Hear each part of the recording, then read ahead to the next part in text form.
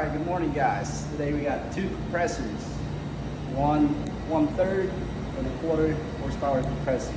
Go ahead and focus on the part number so they can look at it.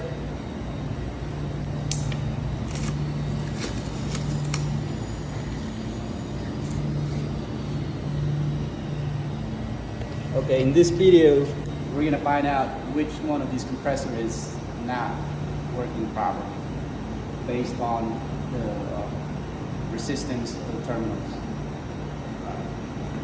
Focus on this drawing real quick. Okay, in this drawing I have, basically I drew the 3 pins right here, reference on the top, looking at right side, left side, and the bottom, just like so. So when you're reading the resistance between the terminals, the start and run will be the highest value. The SC or start and common will be the second highest or second lowest. And you have the CR, the common and the run, which is always going to be the lowest resistance. In this case, we're going to find out if this compressor is bad, and we're going to determine which one of these terminals is the start, run, and common. All right, let's get to it. Okay, I get my multimeter. I'll go ahead and set it to ohm setting, and it's set at auto. It's OL, auto limit. Let's go ahead and focus on this. Okay, I got 2 terminals on the top. I'll go ahead and measure the resistance between the 2, and it's 85k ohm. Down here, right on the bottom, I got 6.03, and to the left 84.8. So focus on the reading again. I'm gonna show you, like, based on these readings right here, this is way too high. 83 point, it should be in ohms, not in kilo ohms. It's way too high. This thing is a burnout compressor. If we look at a good compressor, here is a good compressor. The resistance will be different. So the 2 top, it will have a value in ohms, not K ohms. It's 4.8, and here 3.84. On the other side is 1.09. Alright, looking at this, since we can't determine which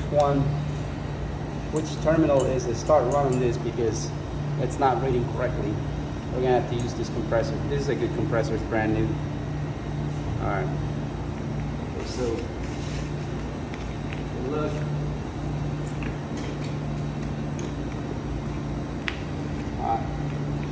Resistance between the 2 top right here.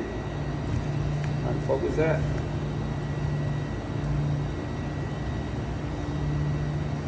Reading 4.8. So I'm gonna write that down. So this is 2, 4.8 ohms. Focus that. And right here,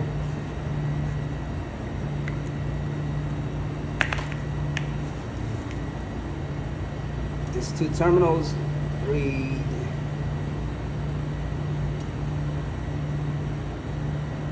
3.86,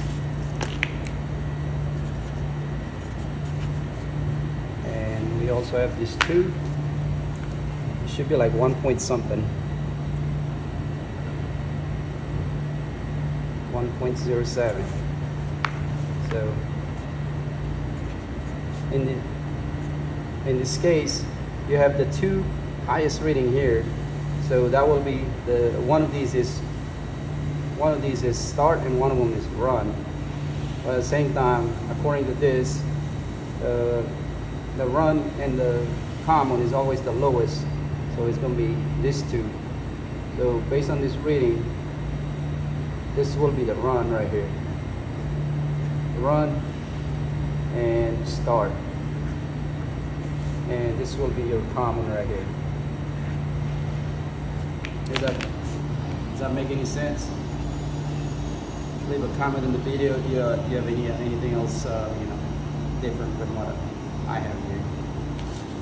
All right, now let's determine if this is single phase or three-phase. Well, based on the readings, you can already tell that this is a single phase because they have different values resistance-wise. If this would have been a three-phase, they would have the same resistance. And also on the data plate, I'll focus on this one real quick. It says single phase right here. You will have your lock rotor amp, single phase, and 115 volts. 115 is at 60 hertz. There you go. All right.